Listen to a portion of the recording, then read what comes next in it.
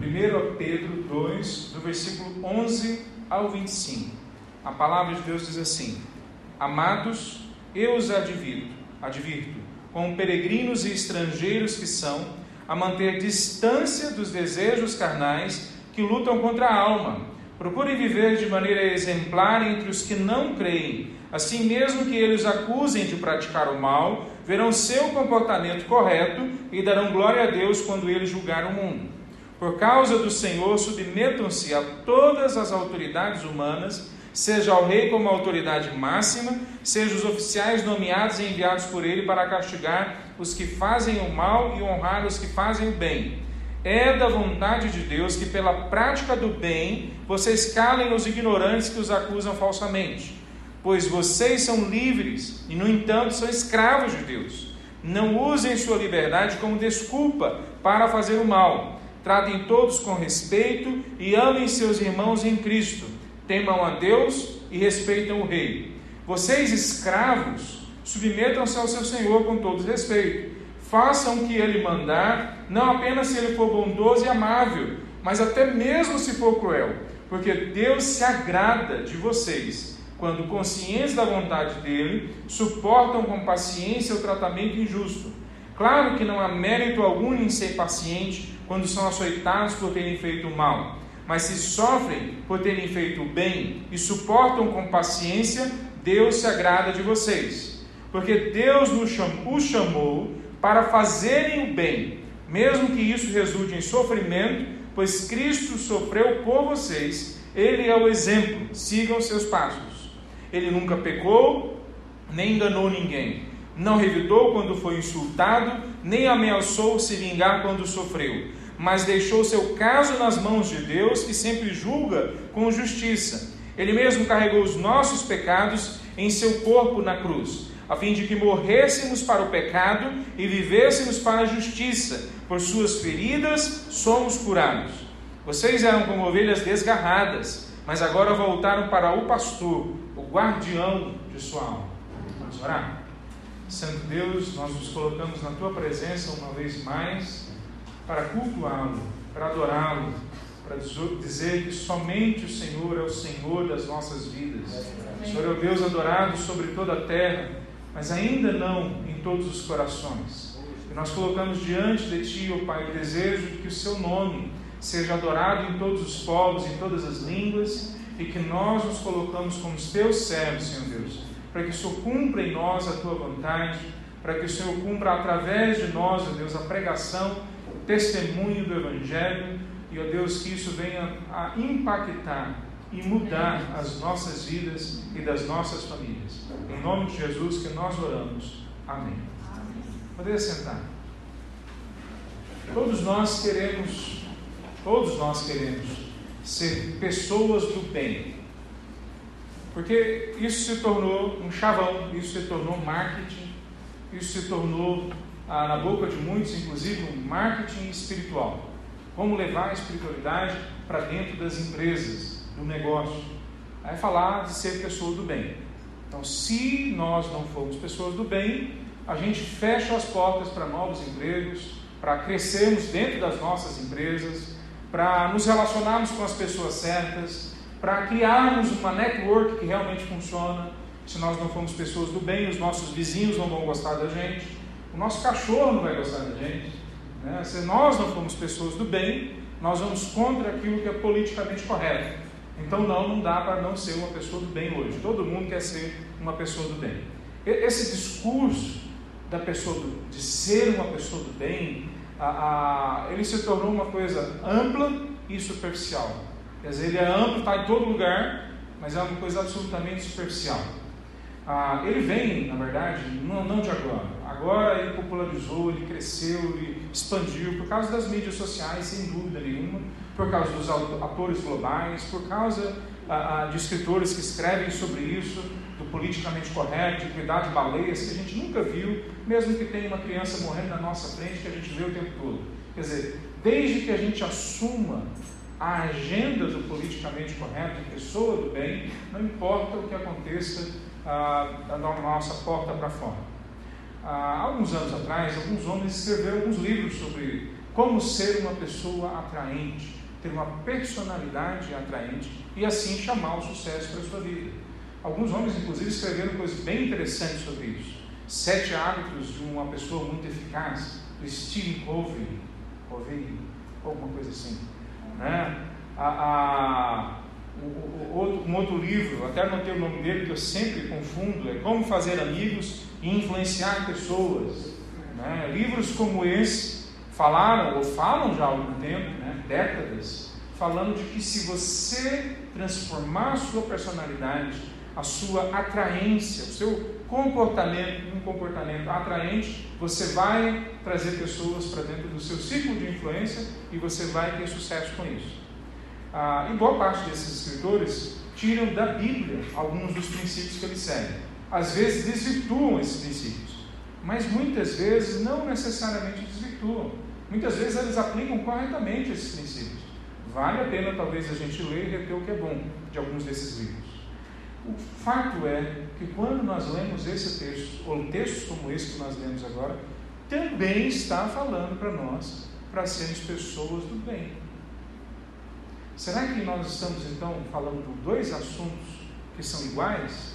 Quando a cultura midiática hoje chama a gente, impulsiona a gente para sermos pessoas do bem, será que é a mesma coisa que Pedro está falando aqui, que nós temos que agir de maneira exemplar, que nós temos que ser pessoas que praticam bem, como está no versículo 15, será que o linguajar, por ser semelhante, traz o mesmo conteúdo? Não traz o mesmo conteúdo. Algumas coisas podem ser paralelas, podem ser aproveitadas aqui e ali, mas não traz o mesmo conteúdo. Pedro, como eu citei antes de começar a leitura do texto, escreve para um momento, para um grupo de cristãos que inclusive ele se dirige a eles como falando agapoi, amados, é a palavra em grego para pessoas queridas do meu coração. Assim que ele começa no versículo 11 que nós lemos, amados. Ele tem um carinho especial por esses irmãos, não só por esses, porque o jeito que ele escreve é escrevendo para os irmãos em Cristo Jesus, da mesma forma que Paulo faz, quando Paulo chama eles de irmãos, quando Jesus, antes dele, chama a gente de amigos, agora Pedro está chamando ele de amados, ou eles de amados. Quem são esses amados? Irmãos em Cristo Jesus, que fazem parte de uma igreja num canto do Império Romano naquele momento, que a perseguição é intensa, que as pessoas vão ter que pagar, algumas delas com a sua vida, o Evangelho. Algumas delas vão testemunhar do Evangelho até a morte. E ele está falando a essas pessoas e falando, vocês têm sim que viver nessa sociedade de uma forma diferente. Tem que ser pessoas do bem nessa sociedade. Então eu queria falar, a partir desse texto hoje, sobre a marca do cristão, que é o que o texto está abordando. Marca do cristão é a obediência, é a submissão, que é o que significa basicamente ser obediente, é nos submetermos aos outros, especialmente quando esses outros estão imbuídos de autoridade sobre a nossa vida. A marca do cristão é a obediência, é a submissão. Por causa disso, nós precisamos nos diferenciar na sociedade ao redor de nós por um comportamento correto, que vem de motivações corretas e tem Cristo como modelo.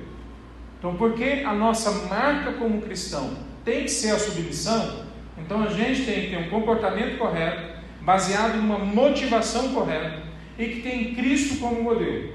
O nosso modelo não é o pastor Leandro, o nosso modelo não é o pastor qualquer que seja, o guru, não são grandes escritores, o nosso modelo não é nem mesmo as pessoas mais importantes e interessantes que a gente possa listar. O nosso modelo é Cristo Jesus. E ele tem um comportamento correto, ele teve motivações corretas que esclarecem então para nós a nossa caminhada. Então eu queria conversar sobre isso. Então vejamos algumas verdades que esse texto traz sobre essa afirmação. Primeira, que nós temos que ter então um comportamento correto. Veja, no versículo 21, e eu vou pegar os versículos à medida que eles, não na medida que eles aparecem na sequência, mas na medida de importância deles. Veja, no versículo 21 diz assim: porque Deus nos chamou para fazer o bem. Quer dizer, Deus nos chamou, Ele nos deu uma missão, Ele nos deu uma tarefa para a gente fazer o bem. Então Então sim, nós temos que cuidar de baleias, e sim, nós temos que cuidar da criança que está passando fome na nossa frente. Isso não é uma agenda que o mundo tem que colocar para nós. Foi colocada essa agenda para nós por Deus. Foi colocado para nós a agenda, então, que nós fomos criados para o bem. E não só para fazer o bem em algum momento, para ganharmos atenção, para nos tornarmos pessoas influentes. O objetivo de Deus nos criar, em parte, foi para fazermos o bem. Quer dizer, Pedro não está falando algo novo. Paulo, em Efésios capítulo 2, no versículo 8, ele diz que nós somos salvos pela graça, através da fé que é Deus que nos dá, e ele faz dessa forma para que ninguém se orgulhe, ninguém diga que foi ele mesmo que construiu isso sozinho, a salvação e a experiência com Deus. É Deus que nos salva pela graça, através da fé. Mas, aí ele continua, no versículo 10 ele diz que nós fomos criados para as boas obras. Quer dizer, ele não fala que nós fomos criados para boas coisas que nós vamos aproveitar, que nós somos criados para o sucesso. Ele não fala que nós somos criados para sermos filhos do rei, numa sociedade cheia de miseráveis. Nós fala que nós fomos criados para as boas obras, o mesmo tipo de linguajar ou de postura, de princípio que Pedro usa aqui. Então, nós temos que ter um comportamento correto, porque é para isso que Deus nos criou. Quer dizer, Ele nos cria com um propósito. Eu vejo as pessoas falando de propósito muitas vezes, mas quando chega nesse ponto, às vezes as pessoas titubeiam. Será que é isso mesmo? Deus nos criou para sermos pessoas certas, pessoas que fazem as coisas corretas. Mais do que isso, ele depois no versículo 13, ou antes, no versículo 13, ele fala que nós temos que sermos corretos, porque nós fazemos para o Senhor. Quer dizer, por que nós temos que ser corretos? Porque nós fazemos para o Senhor. Paulo tem o mesmo linguajar, lá em Efésios capítulo 5, e tanto lá quanto aqui em Pedro, ele não fala que a gente tem que fingir que a gente está fazendo para Deus, quando na verdade a gente está fazendo para alguém. Quer dizer, quando você estiver trabalhando para um chefe que é duro, ou para uma pessoa que não te respeita, faz de conta que você está fazendo é para Deus, que aí você suporta até o fim da jornada, né? Você suporta até das 5 horas ou às 6 horas, o fim do seu expediente, para você ir embora. Não é isso que ele está falando. Ele fala, faça o que você tem que fazer, entendendo que é para o Senhor que você faz. Então nós temos que fazer corretamente as coisas para o Senhor.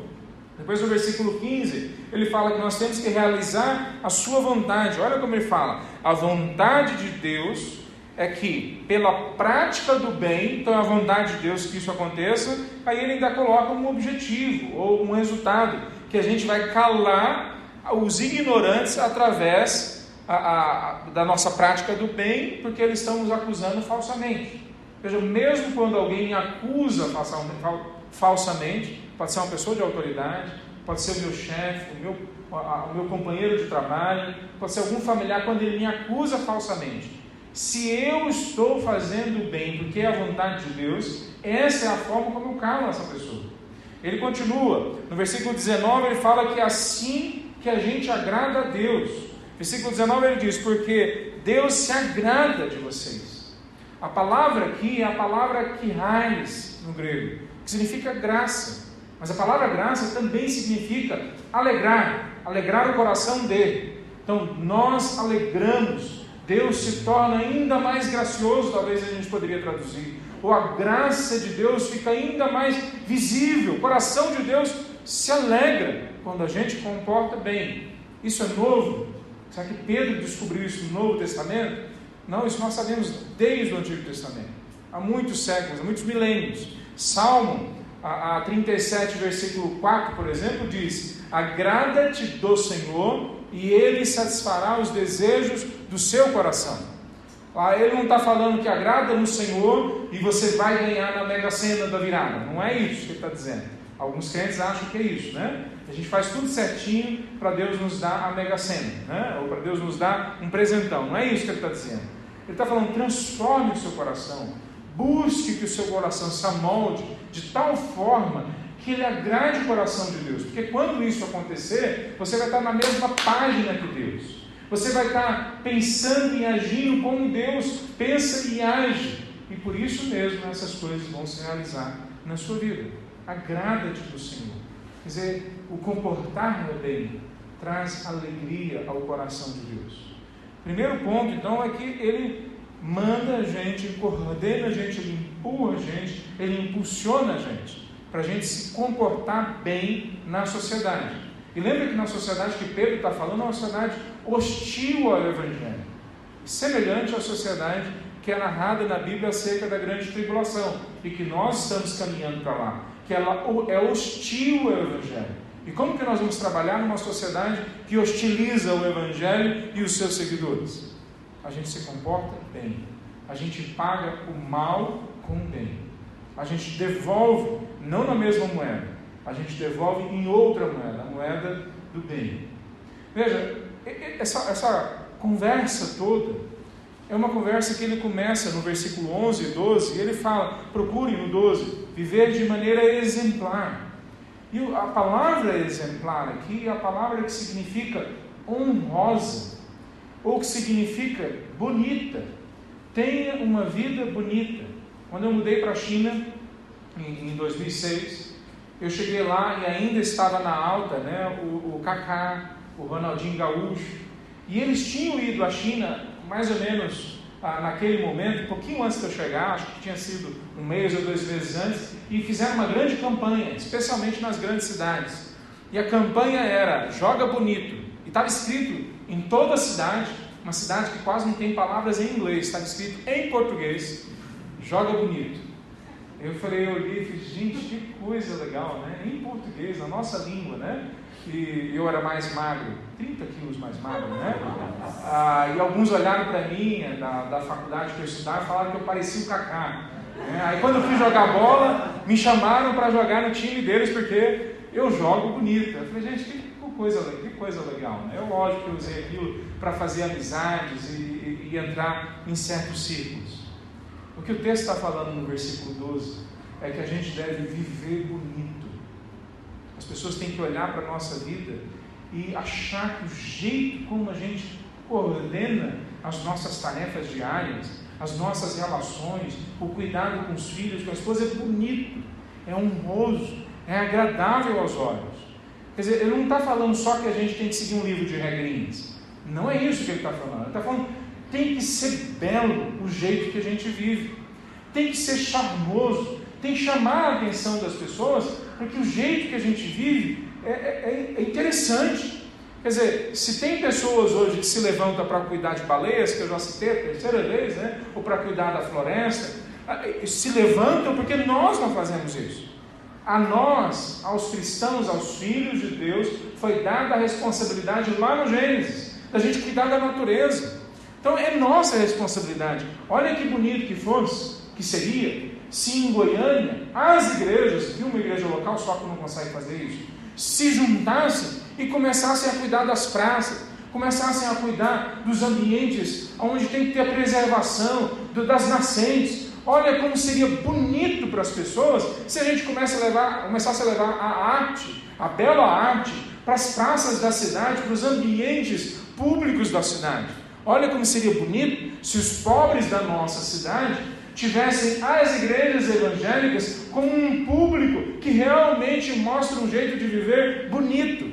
Ontem eu estava vendo um sociólogo falando na TV Cultura ao resultado de uma das pesquisas do IBGE. Eu não peguei desde o começo, então eu não sei exatamente qual pesquisa. Eu peguei só nessa hora, nesse corte que ele fala assim: por causa das igrejas evangélicas no Brasil, nós temos os negros, os pobres, os miseráveis, tendo a única oportunidade, na maior parte das vezes, de ascenderem socialmente e saírem da miséria, da fome e da falta de oportunidade. A hora que eu olhei isso, eu falei, gente, que vida bonita que as igrejas evangélicas estão mostrando. Infelizmente, não é isso o todo da história. As igrejas evangélicas também, muitas vezes, têm mostrado uma vida feia, né? Tanto que, quando voltou para a repórter do Jornal da Cultura, né, ela nem fez uma linha, nem um comentário do que o sociólogo falou. Lógico, como é que eles vão comentar que os evangélicos fizeram uma coisa tão boa desse jeito? Ser a única instituição reconhecidamente por pesquisa que traz uma ascendência do pobre e do negro para ter oportunidade na sociedade, que é o que o sociólogo havia falado. Esse dado não é novo, esse dado é antigo.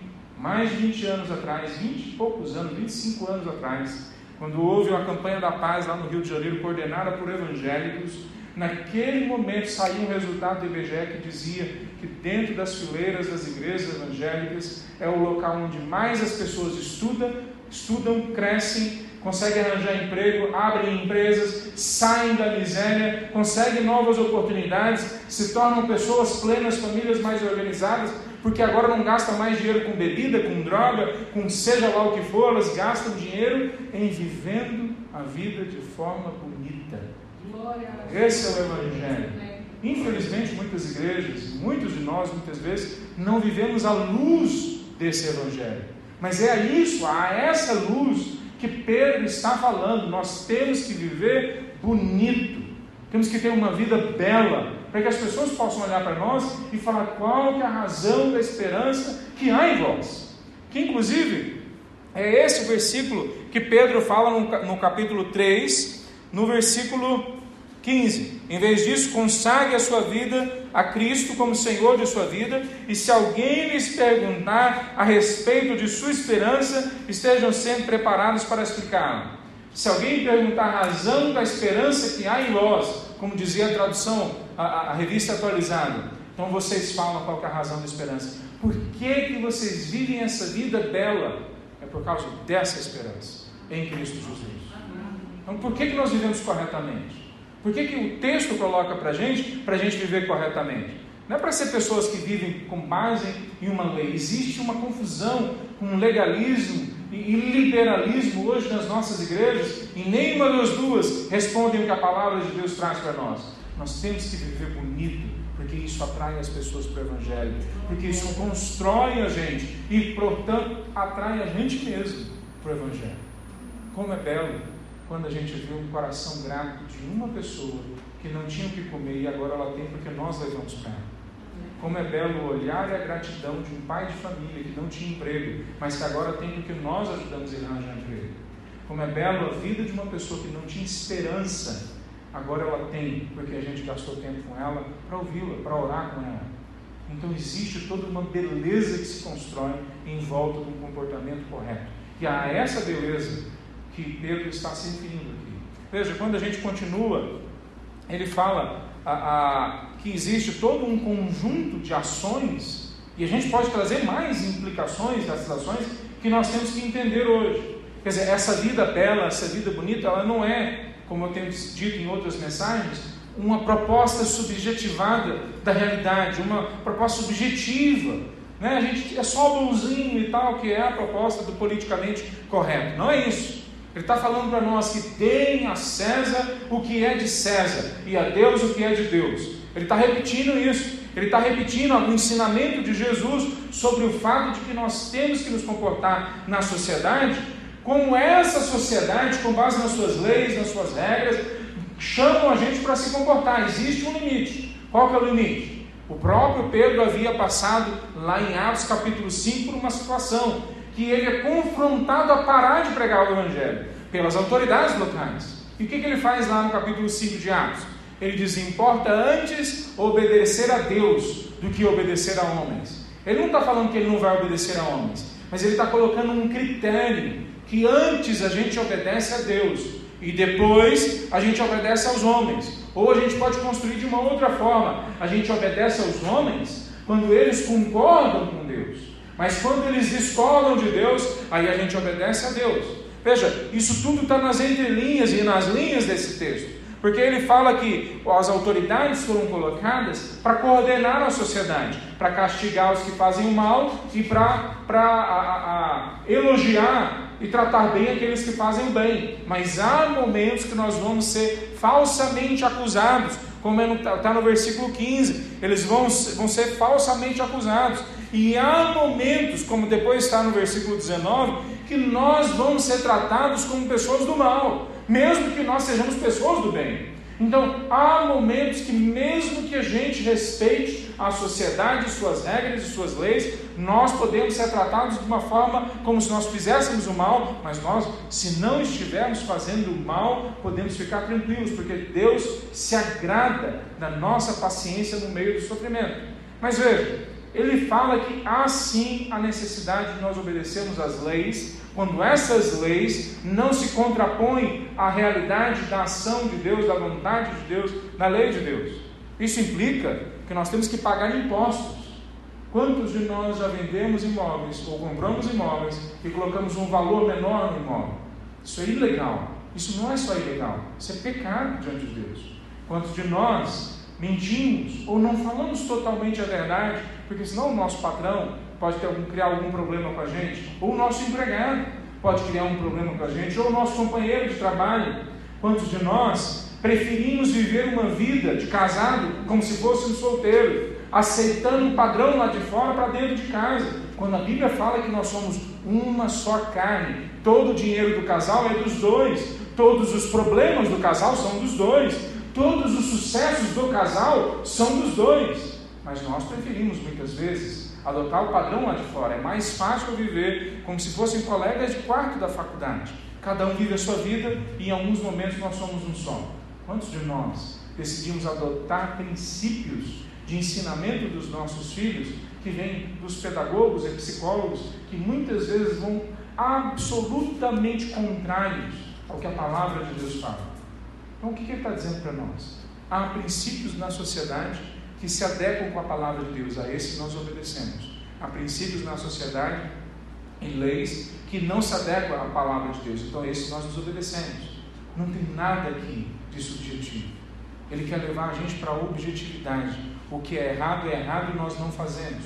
O que é certo, e a gente faz então essas coisas. Então nós podemos lidar com pagar impostos, respeitar os outros. Eu vi uma vez, um amigo meu, a gente descendo no elevador, e ele, no afã de evangelizar, ou de falar do evangelho para uma pessoa no elevador, era uma pessoa, inclusive, era um ator da Globo, que estava no elevador com a gente, e esse meu amigo, no afã assim, de aproveitar aquela oportunidade para evangelizar, começou a falar de Deus, e o ator começou a rir dele.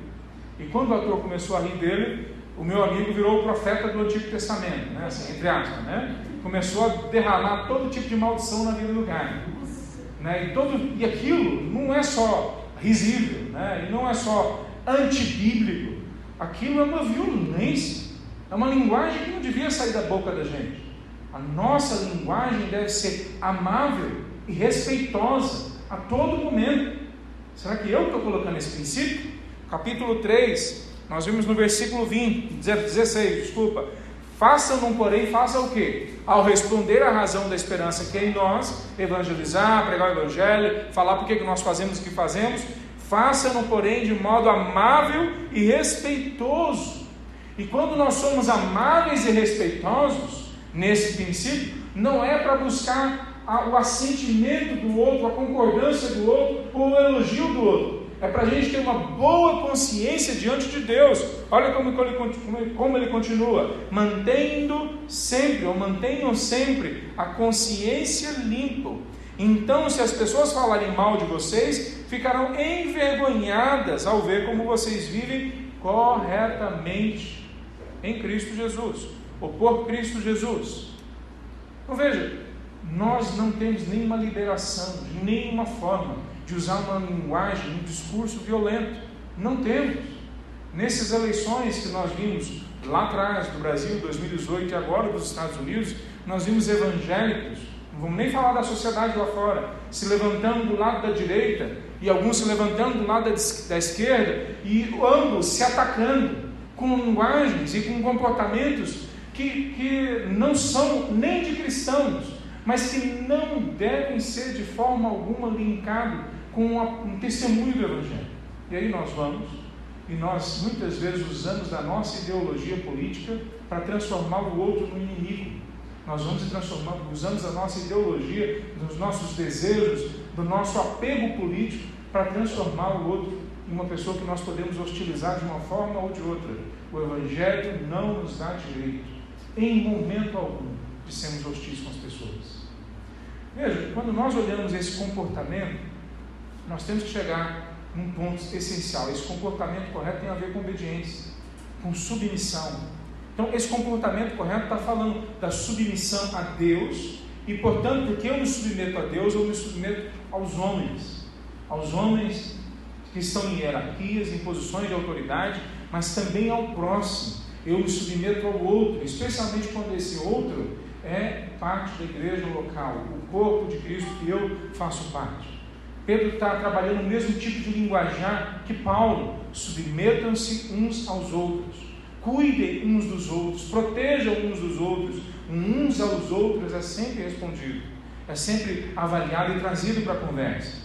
Quando nós vemos isso, essa linguagem fazia muito sentido para eles. Pedro começa falando que eles são peregrinos e estrangeiros. Eles são residentes num país que não os pertence. Eles são residentes num local que eles não têm cidadania. É assim que ele está se referindo a esses cristãos. É o mesmo tipo de linguajar que Paulo fala quando ele diz que aqui nós não temos a nossa cidadania. A nossa cidadania está lá no céu. Então nós temos que viver aqui como se já estivéssemos lá. Como se a nossa necessidade aqui fosse só de representar o que nós vemos lá, no novo céu e na nova terra. Porque é lá que nós temos que relacionar a nossa vida, as nossas ideias, os nossos sentimentos, os nossos alvos. Ele está falando, olha, vivam aqui dessa forma. Ele não está falando só para esses irmãos, que eram claramente, a maior parte deles, estrangeiros e peregrinos.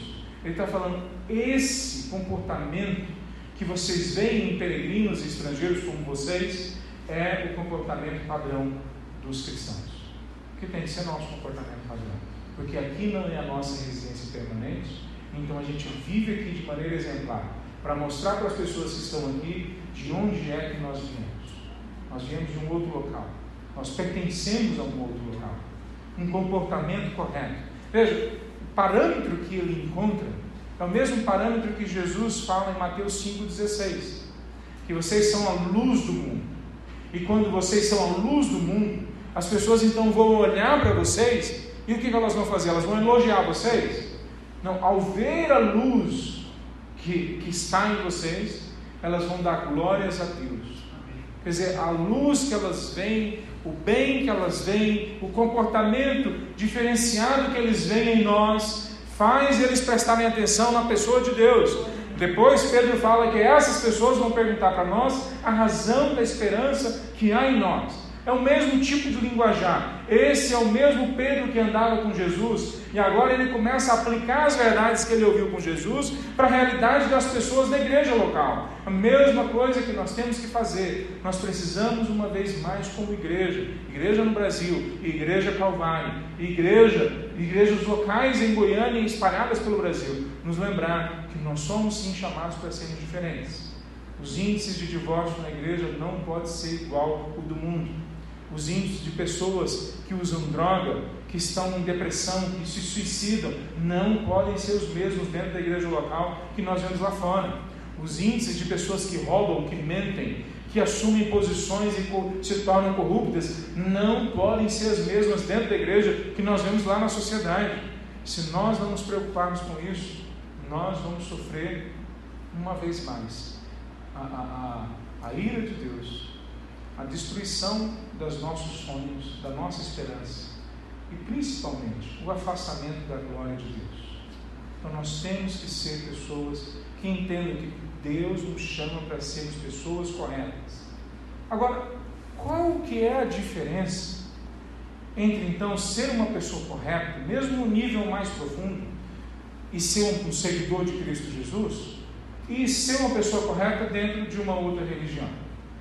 Quer dizer, eu conheci ateus extremamente corretos com a vida, pessoas boas, pessoas fáceis de se relacionar.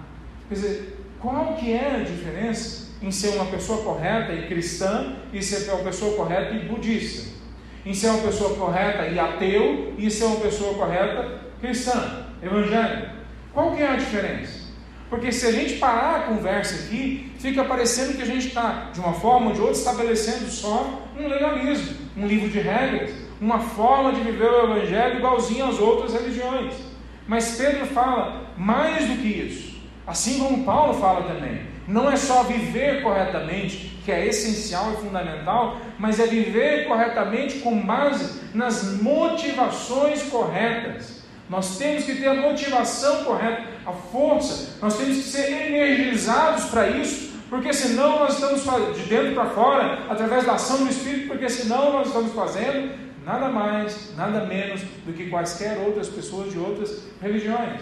Veja, quando nós olhamos essa motivação correta, ele fala, por exemplo, para a gente fugir dos desejos carnais. A palavra que ele está falando é afastar o máximo possível de desejos carnais. Que desejos carnais são esses? Bom, a palavra aqui não está se referindo necessariamente à carne, como se fizesse uma oposição da carne física com a alma ou o espírito, né? Então o espírito é bom e a carne é ruim. Não é exatamente isso que ele está falando. O que ele está falando é dessas memórias que nós temos da vida antes com Cristo, antes de Cristo, ou da vida que nós temos ou tivemos antes de termos ainda uma santificação, um arrependimento, uma mudança significativa em alguma parte de nossas vidas. Então essa memória, ela vem sim na nossa mente. A gente lembra de que algumas coisas dão prazer para nós, então toda vez que essas coisas chegam até a nossa frente, a gente fica tentado a nos lançar a essas coisas. Mas essa memória também está no corpo. Quer dizer, o corpo também nos pede. Quando a gente vê uma picanha maturada, né, a boca enche d'água, né, igual a minha acabou de encher agora, né? Só de imaginar, né, a gente já deseja. Então o corpo, não só a memória, a mente, mas o corpo também pede sexo. O nosso corpo pede um conjunto de coisas que, mesmo que não esteja claramente na nossa memória, o nosso corpo tem prazer, né? Quantos têm prazer, por exemplo, em preguiça, né? Dizem que os baianos, eu não acho que é verdade, mas dizem que os baianos ficam esperando na rede a hora de chegar para trabalhar, né? Mas eles esperam até, quando chega a hora, eles esperam até a vontade passar de trabalhar, né? Eu vejo isso em muitos goianos também, mas enfim. Quantos de nós tem esse profundo apego pela preguiça, pela procrastinação, por deixar para amanhã o que eu posso fazer depois da manhã, enfim, deixar sempre para depois. Então nós temos sim essas memórias, e o que ele está dizendo é o seguinte: essa memória, essa experiência que nós tivemos antes de Cristo, ela vai continuar atacando a gente. O processo de santificação é ir trocando essas memórias, trocando essas experiências, colocando outras coisas que são mais prazerosas, infinitamente mais prazerosas, mas que porque eu não tive uma experiência com elas antes, eu não tenho como comparar. Então Paulo fala sobre isso em Romanos capítulo 12, quando a nossa mente é transformada, a gente vai vendo a vontade de Deus como uma coisa boa, perfeita e agradável, mas é só quando a nossa mente é transformada. Nós não vemos a vontade de Deus como boa, perfeita e agradável no primeiro dia que a gente aceita Cristo, que a gente começa a andar com Cristo, e muito menos antes da gente ter uma experiência com Cristo. Porque é só essa experiência, dia após dia, com a graça de Deus, com a palavra de Deus, com a presença de Deus, que vai transformando a gente em pessoas que têm coisas mais saborosas, mais apetitosas, mais desejáveis do que as coisas que nós experimentávamos antes. Mas deixa eu ir um passo além disso.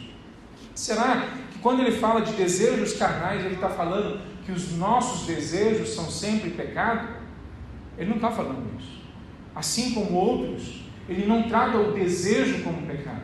Não é pecado para um homem desejar uma mulher. Não é pecado para a mulher desejar um homem. Deixa um pouquinho mais além. Eu posso talvez estar exagerando, mas só para você entender. Não é pecado um homem desejar um outro homem. Ou uma mulher desejar uma outra mulher. Não é pecado o desejo. O que é pecado é o que eu vou fazer com este desejo. Se não, vamos dar uma olhada em Tiago. Tiago, capítulo 1. Abra comigo, é o livro anterior a 1 Pedro. Tiago, capítulo 1, versículo 14, diz assim: a tentação vem dos nossos próprios desejos. Então, não fiquem pensando que a tentação veio de Deus. Não, Deus não prova a gente dessa forma. A tentação não veio necessariamente ou prioritariamente de Satanás. Satanás pode tentar a gente sabe disso.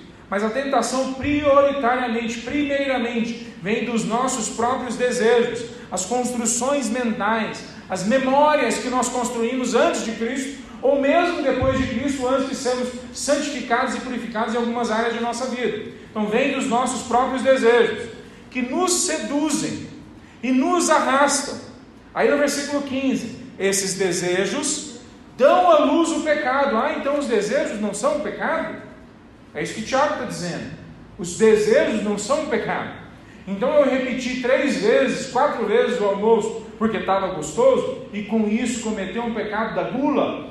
Quer dizer, o desejo de querer repetir não é errado, mas o repetir é errado. Eu achei mais além. O desejo de querer repetir não é errado, mas o plano na minha mente de repetir já é errado. Porque Jesus disse que não só fazer algo lá fora é pecado, mas planejar e decidir aqui dentro já é pecado. E aí ele continua, no versículo 15 de Tiago 1. Esses desejos dão à luz o pecado, e quando o pecado se desenvolve plenamente, gera a morte. Então ele não está dizendo que os desejos que nós temos por causa dessa memória, dessa construção que nós tivemos na nossa vida sem Cristo Jesus, ele não está dizendo que esses desejos são pecado. Mas se eu dou ação para ele, se eu dou espaço para ele, se eu planejo, se eu fantasio, se eu crio oportunidade, isso é pecado mesmo antes de entrar dentro da história. Jesus fala em Mateus capítulo 5 que o homem que se ira contra outra pessoa, quer dizer, ele não fala que irar é pecado, mas quando ele se ira, ele coloca dentro de si que essa pessoa é um estúpido, é um idiota.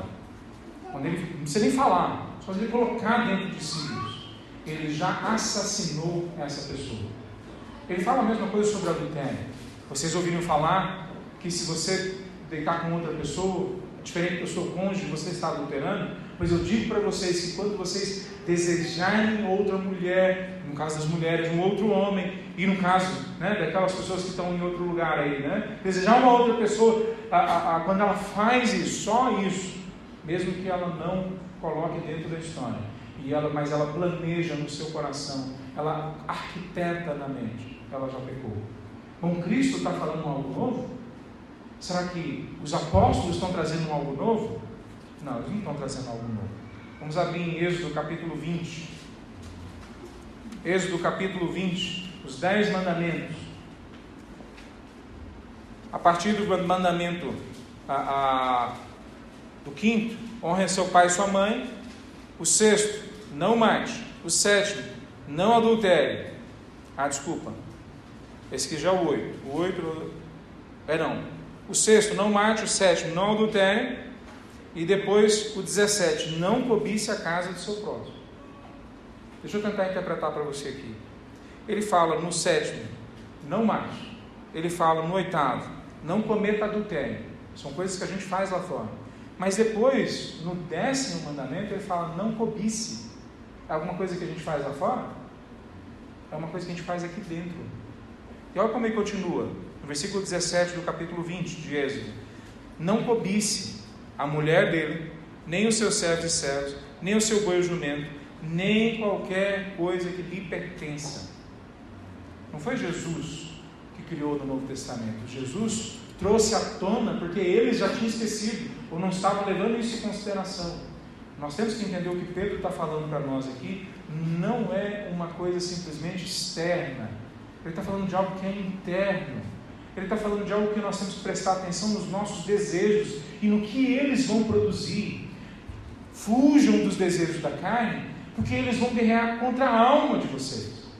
A palavra alma, o que ele está querendo dizer? Será que ele está fazendo uma oposição entre o corpo físico e esse ambiente imaterial que nós temos, que é a alma e o espírito? Não é isso que ele está fazendo. Porque não é assim que se constrói no restante. Ele está falando de alma, da mesma forma como Jesus falou da alma. Aquele que ganhar a sua vida vai perder a sua alma. Lembra quando Jesus fala um texto sobre isso? Aquele que ganhar vai perder a alma, a vida eterna.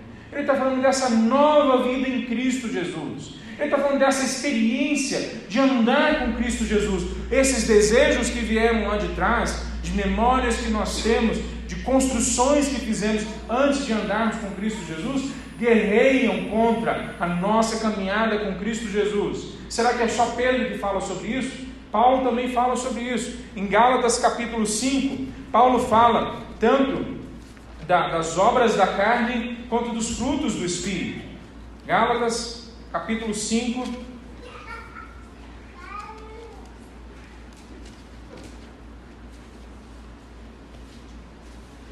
ele fala no versículo 16: por isso digo, Deixem que o Espírito guie sua vida, assim não satisfarão os desejos ou anseios de sua natureza humana, da carne. Aqui a mesma palavra carne lá de Pedro, a mesma palavra.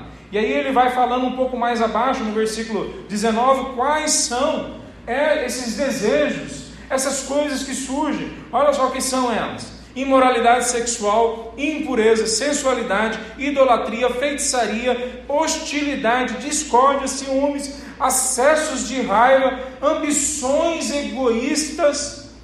Eu quero mais para mim, eu quero ficar rico, eu quero ganhar mais que o fulano, que o beltrano, que o ciclano. Tudo isso é colocado junto com idolatria e feitiçaria, dissensões, divisões e inveja, bebedeiras, festanças desregradas e outros pecados semelhantes. E ele fala na continuação que o Espírito produz uma outra coisa. O fruto do Espírito: amor, alegria, paz, paciência, amabilidade, bondade, fidelidade, mansidão, domínio próprio. Quer dizer, a mesma tipo de construção que Pedro faz aqui é o que Paulo fez lá. Existem desejos que guerreiam contra a nossa alma, contra a nossa vida, contra a nossa experiência e caminhada com Cristo Jesus. Então, qual que é a motivação que a gente tem que ter? Manter a nossa caminhada com Cristo firme, segura, constante. Se eu não tiver um comportamento bom, isso não vai acontecer. Mas como é que eu faço para ter um comportamento bom? Eu quero manter a minha vida com Cristo Jesus, a minha caminhada com Cristo Jesus plena, caminhando para me tornar cada vez mais semelhante a Cristo Jesus, para ter cada vez mais prazer nas coisas que Deus coloca na minha vida. Aí o meu comportamento vai ser bom. Veja, existe uma motivação que vem antes do comportamento bom. É a motivação de entender a minha caminhada com Cristo Jesus. Qual que é a motivação central que ele coloca? Faça como ao Senhor, que eu já citei. Por que eu vou fazer o que eu tenho que fazer? Porque é para Deus. Por que eu vou tocar piano? Porque é para Deus. Por que eu vou pregar aqui na frente? Porque é para Deus. Por que eu vou sair pela rua tratando as pessoas de forma boa, mesmo quando elas sejam más comigo? Porque é para Deus que eu estou fazendo. Por que eu vou ser um marido exemplar mesmo quando a minha esposa não é? Porque é para Deus. Por que eu vou ser uma pessoa que luta pelo mais fraco? Porque é para Deus. Por que eu vou ser uma pessoa justa, que paga imposto, que não fala mentira? Porque é para Deus. Quer dizer, a motivação que tem que ser criada no meu coração é que é porque é para Deus, então eu faço dessa forma. Existe uma confusão que a gente faz nesse linguajar, pelo menos dentro daqueles que estão há muito tempo dentro da igreja. Quer dizer, porque é para Deus eu posso tocar violão de qualquer forma. Porque é para Deus eu posso vir na igreja de qualquer jeito. Porque é para Deus eu posso fazer o que eu quiser no meu emprego. Inclusive posso matar a serviço, porque tem um culto que eu tenho que participar naquele dia, uma viagem missionária que eu tenho que fazer naquele dia. É uma concepção errada.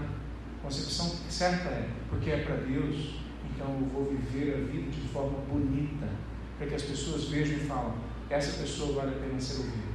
Ou mesmo quando essa pessoa não chegue a essa conclusão, mesmo quando essas pessoas em volta da gente, vendo a nossa vida diante de Deus, não cheguem a essa conclusão, que é o caso no versículo 19, que nós podemos sofrer mesmo quando nós somos bons. Ele colocou para a gente que existe uma outra motivação ainda. No versículo 12, ele termina dizendo, verão o seu comportamento correto, né? Assim mesmo quando eles acusem de praticar o mal, verão o seu comportamento correto e darão glória no fim do dia, ou no fim do mês, ou quando terminar um período da vida de vocês caminhando juntos. Não, algumas pessoas nunca vão reconhecer isso, até que chegue o dia final. A hora que ele fala, e darão glória a Deus quando Ele julgar o mundo. A expressão aqui é quando houver a visitação de Deus. A expressão clara para a volta de Cristo Jesus no Novo Testamento. Alguns de nós, ou em algumas circunstâncias, nós nunca vamos ser reconhecidos como pessoas do bem. Graças a Deus, pela misericórdia dele, muitas pessoas em alguns momentos vão reconhecer a gente como seguidores de Cristo Jesus, se nós de fato formos seguidores de Cristo Jesus. Mas muitos vão olhar para nós e vão continuar tratando a gente como pessoas más, ignorantes, que não conhecem a verdade. Mas no último dia, na vinda de Cristo, todos vão reconhecer que aqueles que pertencem a Deus fizeram o que era correto, tomaram a decisão de andar com Cristo Jesus. Qual que é a grande motivação para a gente entender que nós temos que fazer as coisas corretas? É nos entendermos como sendo dele. Deus conhece os que são seus. Se nós reconhecemos que nós somos dele, Paulo fala que o Espírito confirma com o nosso Espírito que nós pertencemos a Deus. Existe muitas vezes uma convicção filosófica de que o Evangelho é o caminho certo. Quase ninguém chega a essa convicção, não totalmente. A maior parte de nós tem dúvidas. Nós olhamos para algumas coisas na Bíblia e a gente fala: puxa, isso aqui está difícil de acreditar, ou está difícil de entender. Então existe uma convicção que é filosófica. Muitos de nós não vamos conseguir. Existe uma convicção que tem a ver com a experiência do dia a dia, comportamental. E muitos de nós, a maioria talvez, não vai chegar a uma conclusão que pertence a Cristo Jesus por causa dessa convicção. Porque a gente vê os nossos pecados. Nós vemos como nós somos falhos. E quanto mais a gente luta, parece que tem mais coisas para lutar. E quando a gente vence mais, parece que o negócio é mais difícil no próximo passo. Mas tem uma convicção, que é essa convicção psicológica, moral, essa convicção de que o nosso preço foi pago.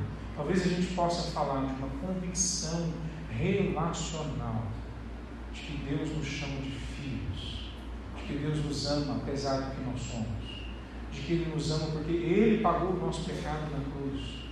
É essa convicção, é essa motivação que Pedro está falando. É a mesma que Paulo fala em Filipenses capítulo 2. Se há alguma motivação em Cristo Jesus, então tenham de vós o mesmo comportamento que Ele teve. O comportamento correto tem que ter a motivação correta. Se nós não trabalharmos bem isso, meus irmãos, nós nos tornamos legalistas ou nos tornamos liberais. Se nós não tivermos as motivações corretas para vivermos o Evangelho, ou nós nos tornamos fariseus, ou nós nos tornamos pessoas liberais que não acreditam que o Evangelho é para ser vivido como a Bíblia está falando. A única forma da gente fugir desses dois extremos é a gente entender que a motivação correta é Cristo Jesus nos acolhendo como irmãos dele, como filhos do Eterno, como pessoas que foram salvas e regeneradas e limpas pelo sangue de Cristo Jesus. Essa é a motivação que Pedro está se referindo aqui. Terceiro lugar, meus irmãos, se nós temos que, por causa da nossa marca, que é a submissão a Deus, e portanto a tudo mais e a todas as outras pessoas que Deus coloca para a gente nos submeter, então nós temos que criar um parâmetro que nos diferencie da sociedade, no comportamento correto, nas motivações corretas e finalmente como Cristo como modelo. Veja qual o modelo que ele apresenta. Eu acho interessante que às vezes a gente lê a Bíblia como se a Bíblia fosse um livro para a gente só tentar tirar algumas coisas interessantes daqui e dali, mas a gente não lê a Bíblia como um livro de verdade, que traz verbos, substantivos, adjetivos, frases, que tem narrativa, que tem poema, que tem a história, que tem regras. A gente lê o texto como se quase fosse uma caixinha de surpresa. O que será que vai sair agora? Nós temos no meio desse texto, de novo, uma canção, uma música que a igreja cantava no primeiro século. Ela começa no versículo 22. Eu não sei qual que é a melodia da música, eu sei só a letra, né? Quem sabe um dos músicos que está aqui pense em uma melodia para colocar essa música. Olha como ele diz: ele nunca pecou nem enganou ninguém. Ele não enganou nem por palavras e nem por ações. Ele não fez parecer que ele era uma coisa que ele não era. Ele não disse que ele acreditava em uma coisa e no outro momento ele acredita em uma outra coisa. Ele não disse meias verdades, ele não comunicou de forma equivocada. Ele trouxe às claras quem ele é, não enganou ninguém. Ele continuou, ele não revidou, mesmo quando foi insultado, nem ameaçou se vingar quando sofreu. Ele poderia ameaçar que iria se vingar. Vocês vão ver comigo quando chegar o dia da visitação do Senhor. Eu vou me vingar? Não. Ele abandona isso, deixa o caso nas mãos de Deus. Tudo aquilo que nós fomos apresentar no livro de Salmos, 150 salmos, pelo menos a metade deles são salmistas chegando diante do trono de Deus, o juiz de toda a terra, e apresentando o caso deles. A nós foi ensinado como fazemos quando alguém nos persegue, quando alguém nos trata mal, quando a história não respeita as nossas dores. A nós foi ensinado há séculos, há milênios atrás. Como que a gente faz? A gente chega diante do juiz de toda a terra e apresenta a nossa causa a ele. Ele quer ouvir a nossa causa. Ele quer ouvir aonde dói o sapato, aonde está apertando a vida. Ele quer falar com a gente de tal forma que a gente possa abrir o nosso coração sem medo, mesmo que depois ele corrija algumas das coisas que nós viemos a falar. Aí continua, ele mesmo carregou nossos pecados em seu corpo na cruz, a fim de que morrêssemos para o pecado e vivêssemos para a justiça. Quer dizer, ele não só salvou a gente de algo, mas ele salvou a gente para algo. Ele não só salvou a gente do fogo do inferno, ele salvou a gente para uma vida justa, uma vida plena, uma vida saborosa, cheia de desejos e prazeres, que não são aqueles mais, dos desejos carnais que lutam contra a nossa alma, contra a nossa vida, mas que assim mesmo são desejos plenos e que nos trazem satisfação. E ele continua, e por essa ação dele nós fomos todos curados. Vocês eram como ovelhas desgarradas, mas agora voltaram para o pastor, guardião de sua alma. É interessante que Pedro se coloca em alguns momentos como pastor. Em outros momentos ele diz, por exemplo, no texto que foi pregado semana passada, ele coloca todos nós como sacerdotes. Todos nós somos pessoas que ligam outras pessoas a Deus. Todos nós somos pessoas que fazem o trabalho de conectar quem não está conectado, conectar essas pessoas com Deus. Todos nós somos sacerdotes. Mas agora aqui nesse último versículo ele usa um tempo verbal, que de vez em quando a gente comenta dele, que é o tempo auristo, que é uma ação completa dentro da história. Em outros locais ele está usando outro tempo verbal, presente contínuo, imperativo, coisas que tem a ver inclusive no português, mas nesse último versículo ele fala, vocês voltaram para o pastor. Talvez a gente poderia usar isso também como um outro ponto da motivação. Qual que é uma grande motivação? Que nós fomos trazidos de volta. Que ele resgatou a gente. Que a gente não tinha esperança, agora a gente tem esperança. Que agora ele fez isso com a gente. Mas tem mais uma coisa. Se Cristo é o modelo, então ele quer que a gente não engane, não revide, que nós carreguemos os pecados uns dos outros, as faltas uns dos outros, que nós venhamos a trazer pessoas de volta para a presença de Deus. Nós somos chamados para ter Cristo como modelo. Se nós temos a marca da obediência como servos de Deus, e para isso nós temos então um comportamento correto como motivação correta, nós nunca podemos perder de direção, de centro, de clareza, que Cristo é o nosso modelo. Não o Cristo da esquerda, não o Cristo da direita, não o Cristo dos que se preocupam com os pobres, ou dos que se preocupam com o sucesso financeiro, não quaisquer outro Cristo que são apresentados aí. O Cristo da Sagrada Escritura, o Jesus de Nazaré, essa pessoa concreta que é apresentada por nós, pelos apóstolos, pela igreja do primeiro século, que nós vemos ele de forma concreta, tratando com pessoas de forma individual e plena com cada uma delas. Que ele não simplifica a vida como se ela fosse uma coisa superficial, mas ele também não dificulta a vida de forma que só os letrados e mais importantes consigam chegar até ele. Esse Cristo é o nosso modelo, para que a gente também se comporte assim com as pessoas que estão à nossa frente. Veja, o Evangelho apresentado por Pedro e pela igreja, ele apresenta para nós que só existe uma forma da gente vencer o mal, e é pelo bem. A mesma coisa que Paulo apresentou em Romanos 12, versículo 21. Vença o mal pelo bem. Não existe outra forma. Quer dizer, agora, qual bem que é esse? O bem que ele apresenta para nós é a pessoa de Cristo Jesus e que ela modela para a gente como bem. Não é qualquer bem.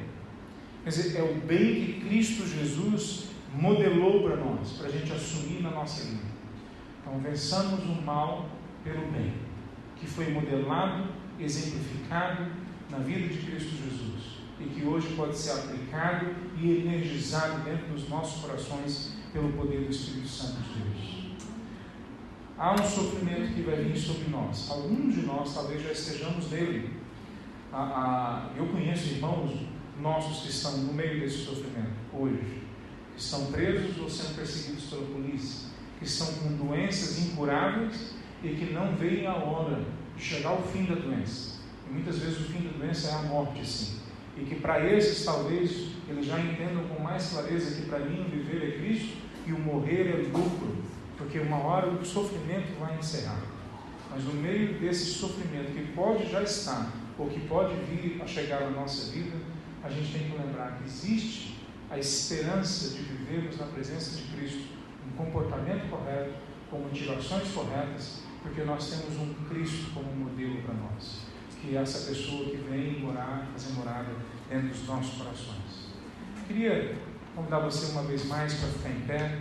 Nós vamos orar, colocar diante de Deus. Eu quero pedir para você orar pelos próximos textos que nós vamos trabalhar em cima de 1 Pedro. Alguns deles, ou uma sequência deles, vai falar talvez um pouquinho mais concreto sobre algumas relações que nós temos que ter. Marido e mulher, nós vamos citar um pouco mais depois a relação entre funcionário e patrão, alguma relação de como nós temos que lidar com autoridades ou como nós temos que lidar com a liderança da igreja. E algumas dessas coisas são fundamentais que a gente vem entender.